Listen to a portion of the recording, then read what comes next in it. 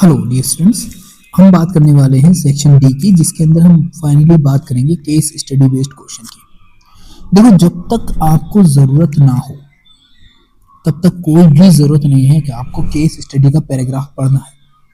ठीक, आपको जनरली जो क्वेश्चन मिलेंगे वो पैराग्राफ से रिलेटेड नहीं होते, मतलब पैराग्राफ बेस्ड होता है उस टॉपिक से, ठीक, कहीं ना कहीं से। लेकिन जो क्वेश्चंस होते हैं नॉर्मली वो पूछे जाते हैं जो आपको ऑलरेडी आते होंगे, क्योंकि यहाँ पर अभी कोई ऐसा स्टैंडर्ड नहीं आया है कि आपसे कुछ भी रैंडम क्वेश्चन पूछ ले जाए। ओके, यहाँ पर अभी हम बात करने वाले हैं क्वेश्चन नंबर 1 के बारे में। जो आपकी केस स्टडी आती है वो ओवरऑल 4 क्वेश्चंस की आती है, ठीक, मतलब 4 मार्क्स की आती है, जिसके अंदर नंबर ऑफ क्वेश्चंस जो होंगे वो, और अगर चॉइस दे रखी है तो ठीक है, नहीं तो आपको एमसीक्यू भी मिल सकते हैं और साथ में स्टडी बेस्ड भी मिल सकते हैं। उन्होंने पहली चीज पूछी है कि कोई भी 2 फंक्शंस बताएं डीएनए के। तो पहला डीएनए का जो फंक्शन है वो है जेनेटिक इंफॉर्मेशन ट्रांसफर। ठीक, पहला बेसिक फंक्शन है कि भाई ये जनरली हम जानते हैं कि भाई ये जेनेटिक इंफॉर्मेशन को पास ऑन करता है एक जनरेशन से दूसरी जनरेशन में, यानी कि G1 टू G2 के अंदर। दूसरा फंक्शन होता है ये मॉनिटर करता है द एक्टिविटीज इन सेल। ठीक, जैसे डिवीजन है, रिपेयर है, ये सारी चीजें किसके अंदर आती हैं? Under the supervision of DNA. या फिर प्रोटीन सिंथेसिस है, उसके लिए ये मैसेज देता है। तो ये सारी चीजें यहां पर आती हैं। अब हम बात करते हैं दूसरे क्वेश्चन की। कह रहे हैं what product will be formed when nucleotides की बात कर रहे हैं। दो होते हैं, एक न्यूक्लियोसाइड होता है, एक न्यूक्लियोटाइड होता है ऑफ डीएनए, जिसको कंटेन करता है एडेनिन। जब हाइड्रोलाइज करेंगे तो क्या होगा? तो देखो, न्यूक्लियोटाइड में क्या होता है, एक तो होता है फॉस्फेट बॉन्ड जो जुड़ा रहता है किससे? शुगर से, पेंटोज शुगर से। ठीक, और साथ में यहाँ पे होता है बेस। बेस कौन सा है तुम्हारे पास? एडेनिन। जैसे ही तुम इनका हाइड्रोलाइसिस कराओगे, ठीक, हाइड्रोलाइसिस कराओगे तो आपको एक तो मिलेगा फॉस्फोरिक एसिड, दूसरा मिलेगा तुमको डीऑक्सीराइबोज शुगर, और तीसरा जो उन्होंने दे रखा है एडेनिन। ये आपको मिलेगा अगर आप एक न्यूक्लियोटाइड का कराते हैं तो। बस तुमको ये 3 प्रोडक्ट ही लिख लेते, दैट्स इट। सी वाला क्वेश्चन दिया उन्होंने, कह रहे हैं कि what are nucleic acid. Nucleic acids क्या होते हैं?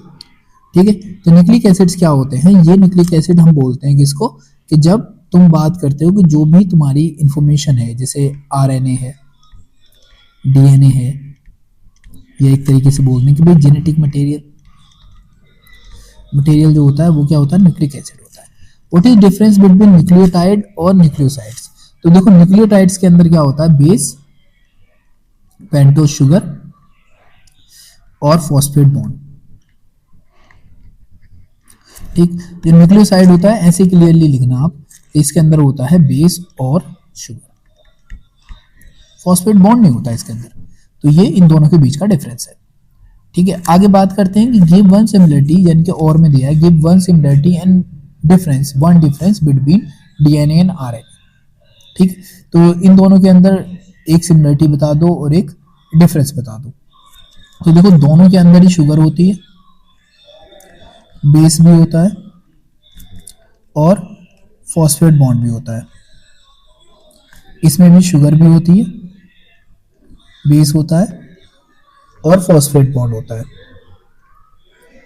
ठीक, ये भी कुछ जगहों पे डीएनए जो है वो जेनेटिक मटेरियल की तरह काम करता है, ये तो हर जगह पे करता है, हम जितना हम जानते हैं। और आरएनए भी कुछ वायरस वगैरह में जेनेटिक मटेरियल की तरह काम करता है। दूसरी यहां पर जो होती है वो थायमीन होती है, डिफरेंस, और यहाँ पे यूरेसिल होता है। ठीक है, पहली चीज याद रखनी है। दूसरी कि डीएनए जो होता है ये मैसेज करता है आरएनए को प्रोटीन सिंथेसिस के लिए, तो ये इसको क्या करता है? एक तरीके से इसको वर्क करवाने के लिए मैसेजेस ट्रांसफर करवाता है आरएनए से। ठीक है, तो ये क्या हो गया? इसके डिफरेंसेस हो गए। इस तरीके से आप इन क्वेश्चंस को अप्रोच कर सकते हो। Now we are going to talk about question number 13। अगर बात करते हैं हम यहाँ पर कि ए वाला क्वेश्चन दिया है, कह रहे pure ethanol cannot be separated fractional distillation by fractional distillation ethanol और वाटर मिक्सचर से। कमेंट्स करें। देखिए 95% जो एथेनॉल होता है ना, इसको बोलते हैं हम एजियोट्रॉप्स। और एजियोट्रॉप्स को जब हम डिस्टिलेशन कराते हैं, चाहे फ्रिक्शनल कराएं या कोई भी, तो जो वेपर फेज होगा और जो लिक्विड फेज होगा, इन दोनों के अंदर कंसंट्रेशन इसकी 95% ही रहनी है। That's why we cannot separate them, they are azeotrope type of solution, जो क्या करते हैं, सेम बॉइलिंग पॉइंट पर बॉइल होते हैं। ठीक, तो पहली कमेंट्स आपको ये लिखनी है, एक नंबर में यही काम हो जाएगा। Why does a mixture of chloroform acetone show deviation from ideal behavior? क्यों दिखाते हैं? तो देखो ये है तुम्हारी क्लोरोफॉर्म और ये है हाइड्रोजन और ये है तुम्हारी एसीटोन।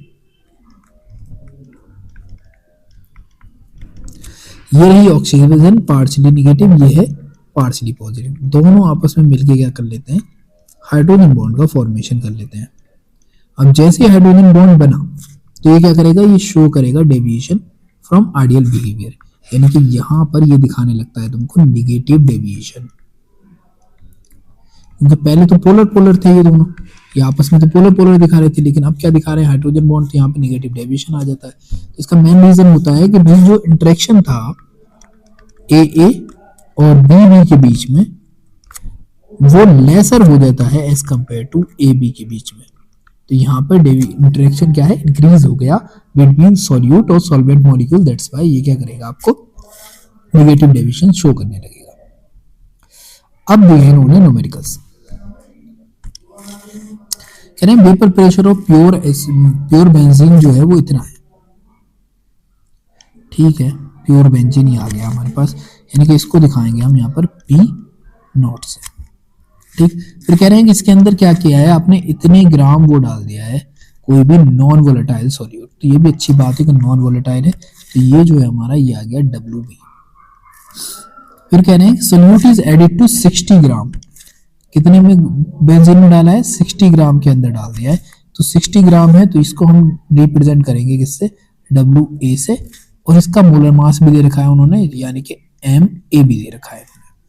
कह रहे हैं vapour pressure of solution becomes, और जिसकी वजह से जो वेपर प्रेशर है सोल्यूशन का वो इतना हो जाता है। ठीक है, तो ये आ गया मेरा वेपर प्रेशर ऑफ सोल्यूशन, जिसको हम P से दिखाते हैं। कह रहे हैं कैलकुलेट द मोलर मास, इसके बाद तुम मोलर मास बता दो, और वो भी किसका, नॉन वोलेटाइल सोल्यूट का, यानी कि तुमको यहाँ पर MB को फाइंड आउट करना है। इतनी सी बात है।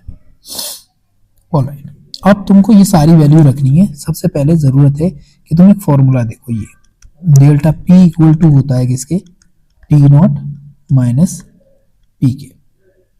ठीक है, इसके इक्वल टू होता है। अब देखो ये प्योर का है और ये सोल्यूशन का है, तो हम क्या करेंगे, दोनों की वैल्यू रखेंगे। प्योर की वैल्यू तो 1.25 माइनस ये वैल्यू आई है 1.237, तो यहाँ पे एक जीरो और लगा लो। फिर तो यहाँ 10 है, 7 गया तो यहाँ पे बच गया हमारे पास 3। फिर यहाँ बचा 4 में 3 गया तो यहाँ पे बच गया हमारे पास, यहाँ 4 में से ये साला 3 जाएगा तो 1, फिर 2 में से 2 गया 0, तो 0.0। ये आया हमारे पास डिफरेंस डेल्टा P का। और फॉर्मूला क्या होता है, delta P upon P0 equal to, यहाँ पे हम लिखते हैं यही XB, और इसकी जगह पे जो फॉर्मूला आता है वो जनरली मैं डायरेक्ट फॉर्मूला ही लिखता हूँ, क्या जरूरत है हमको, यहाँ पे लिखना है हमको लेस से WB अपॉन MB इंटू, यहाँ पे लिखेंगे हम सबसे ऊपर MA अपॉन WA, कुछ इस तरीके से। ये जो वैल्यू है वो है 0.013, नीचे जो वैल्यू है हमारे वो दे रखी है P0 यानी कि 1.25, जो हमारा WB की वैल्यू दे रखी है, तो WB हमारे पास है यहाँ पर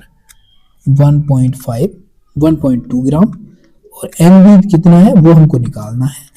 फिर यहाँ पे ये दिया है MA दे रखा है इन्होंने बेंजीन का 78, एंड देन यहाँ पर दे रखा है ये 60। ठीक है, इस तरीके से सारी वैल्यू गिवन। अब क्या करना है हमको, अब हमको यहाँ से कैलकुलेशन अपनी स्टार्ट करानी है। तो सबसे पहले तुम क्या करो, इस एम बी को इधर ले आओ और ये सारी वैल्यू इधर ले जाओ।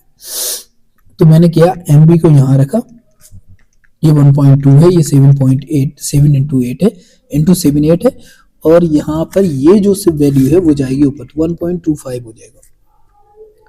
नीचे वैल्यू कौन सी बची, एक तो बची ये 60 और एक बची ये सी वाली, इंटू 0.013। ठीक है, ये कितने के बाद पॉइंट है, 3 के बाद, तो ये सारे पॉइंट हटा देगा, ये सा वाला भी और ये सा वाला भी।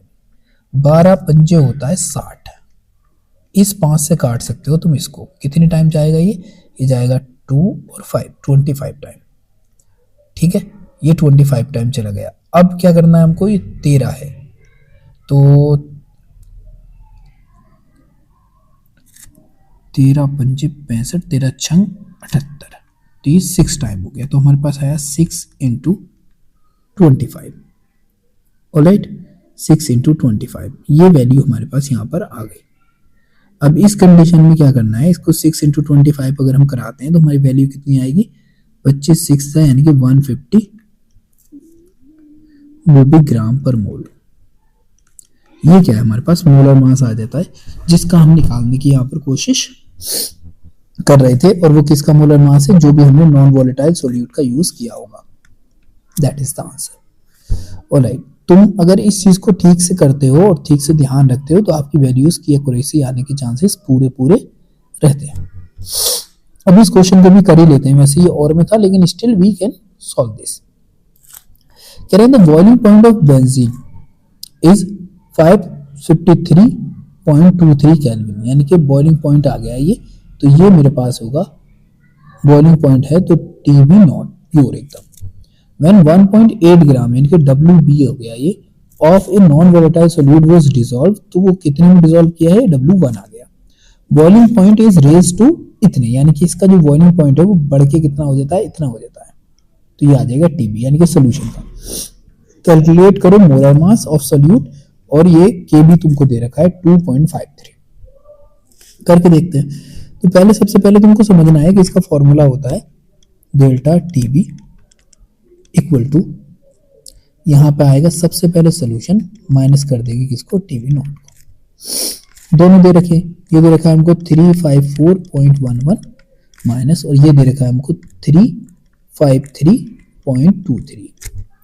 जब तुम सब्सट्रैक्ट कराओगे इस वैल्यू को इससे, तो यहाँ पे जो वैल्यू निकल कर आती है वो निकल कर आती है तुम्हारी सिंपली 8।